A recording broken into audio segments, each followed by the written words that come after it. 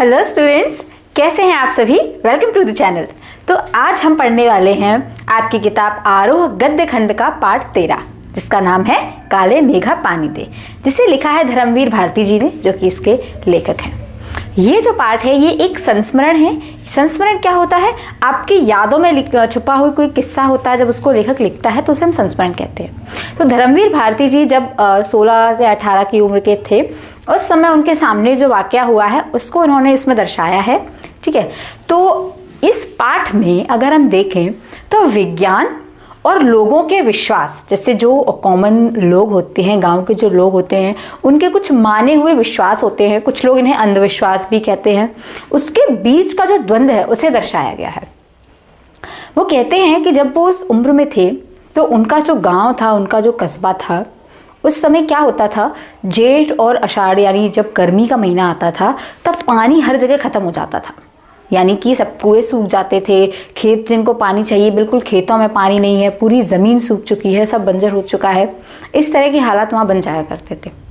फिर लोग क्या करते थे, जो इंद्रदेव हैं, जिन्हें पानी का देवता माना जाता है, वर्षा का देवता माना जाता है, लोग उनके लिए पूजा अनुष्ठान वगैरह किया करते थे, जो धर्मवीर भारती जी हैं हमारे लेखक, उनको बिल्कुल भी पसंद नहीं था। धर्मवीर भारती जी जो है वो उस समय समाज सुधार में कुछ ज़्यादा ही इंडल्ज थे, तो वो इन अंधविश्वासों को ख़त्म कर देना चाहते थे। कहानी कुछ यूँ है, कुछ बच्चे 15 से 18 वर्ष के बच्चे जो थे, फिर वो जिम्मेदारी लेते थे कि अब हम इंद्रदेव से पानी मांगेंगे। तो वो क्या करते थे, वो गली में निकलते थे, कपड़े बिना कपड़ों के पहने, उन्होंने सिर्फ अपनी लंगोट लगाई है और निकल गए हैं।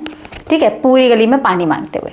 अब लोगों ने उन्हें 2 नाम दिए, एक इंद्र सेना, एक मेंढक मंडली।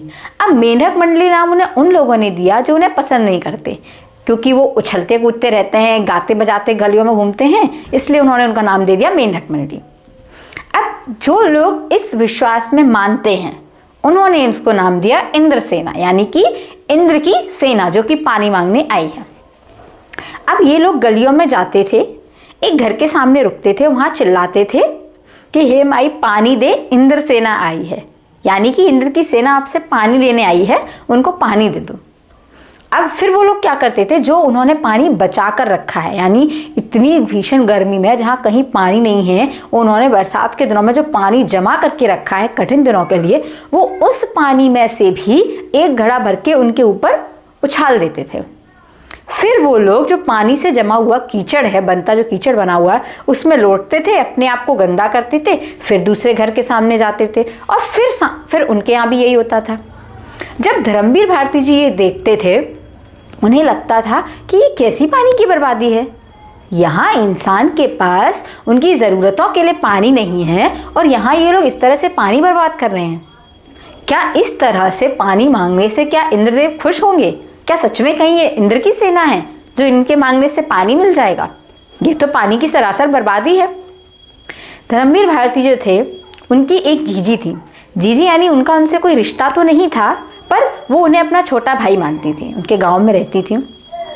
वो हमेशा सारे काम जो हैं वो उनके साथ ही किया करती थी। जीजी इन विश्वासों में बहुत मानती थी, और लेकिन भारती जी बिल्कुल नहीं मानते थे।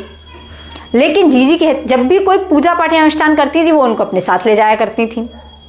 एक बार जब ये पानी देने की बात आई तो धर्मवीर भारती जी उनसे नाराज़ हो गए। उन्होंने कहा कि नहीं, इस काम में मैं आपका साथ नहीं दूंगा। तब उन्होंने अपना तर्क देते हुए कहा कि ये जो है ये पानी की बर्बादी नहीं कर रहे हैं, हम क्या कर रहे हैं, हम तो इंद्रदेव को अर्घ दे रहे हैं। उन्होंने कहा ये कैसी बात हुई? उन्होंने कहा ये ऐसी बात हुई कि आपको कुछ लेने के लिए पहले कुछ देना तो पड़ता है। उन्होंने कहा जैसे जो किसान होता है, जब उसको गेहूं की फसल करनी होती है बहुत सारी, तो क्या करता है, पहले वो कुछ गेहूं बीज के तौर पर उस खेत में बोता है कि नहीं बोता है। इसे ही हम कहते हैं, ये हम एक तरह की बुवाई कर रहे हैं। हम थोड़ा थोड़ा घड़ा भर के जो इंद्र सेना को अर्घ दे रहे हैं, यानी उन पर पानी डाल रहे हैं, वो क्या कर रहे हैं, हम बुवाई कर रहे हैं। फिर उससे क्या होगा, उससे बारिश होगी, पानी बरसेगा। लेकिन ये जो तर्क हैं, ये धर्मवीर भारती जी क्योंकि वो विज्ञान पढ़ चुके हैं तो उन्हें बिल्कुल समझ नहीं आते हैं। वो कहते हैं कि तुम, जो उनकी जीजी हैं वो उनको बताती हैं कि तुम तो स्कूल में पढ़े लिखे हो, मैंने तो सिर्फ ये गांव देखा है वो कहते हैं लेकिन ये हमारा विश्वास है, हमारी मान्यताएं हैं कि ऐसा करने से इंद्रदेव ज़रूर खुश होंगे और पानी ज़रूर बरसेगा। उनका एक तर्क ये भी है कि दान का फल कब मिलता है, जब हमारे पास जो चीज़ है उसको ही हम दें। अगर आपके पास बहुत है, वो कहते हैं अगर तुम्हारे पास करोड़ों रुपए हैं, उसमें से अगर तुम 2 रुपए किसी को दे दोगे तो वो कोई दान नहीं हुआ। दान तब है जब उस चीज़ की आवश्यकता आपको भी है और सामने वाले को भी है, तब भी आप वो चीज़ किसी सामने वाले को दे रहे हैं, वो आपका दान है। लेकिन जीजी के इन सभी तर्कों का भी धर्मवीर भारती जी पर कोई प्रभाव नहीं पड़ता है और वो हमेशा यही सोचते हैं कि इन्हीं मान्यताओं और इन्हीं कुछ अंधविश्वासों के कारण ही हम हमेशा पिछड़ कर रह जाते हैं। वो ऐसा मानते हैं कि यही शायद एक वजह है कि जिससे कि हम अंग्रेज़ों के गुलाम बने हैं। यही एक वजह है जिससे हमारा जो देश है वो और देशों के मुकाबले पिछड़ रहा है, क्योंकि हमारे देश में आज भी बहुत सारी ऐसी मान्यताएं और बहुत सारे ऐसे अंधविश्वास हैं जिन्हें लोग मानते हैं, जिन्हें लोग विज्ञान से बढ़कर मानते हैं। तो यही उनका तर्क है, यही इस पाठ में वो कहना चाह रहे हैं कि आखिर ये अंधविश्वास और ये जो मान्यताएं हैं ये हम कब तक सहेंगे। तो ये उनका पाठ है, इसे आप ज़रूर पढ़िएगा। इसमें अगर और कोई भी आपको दिक्कत आती है आप ज़रूर मुझे बताइए। Thank you.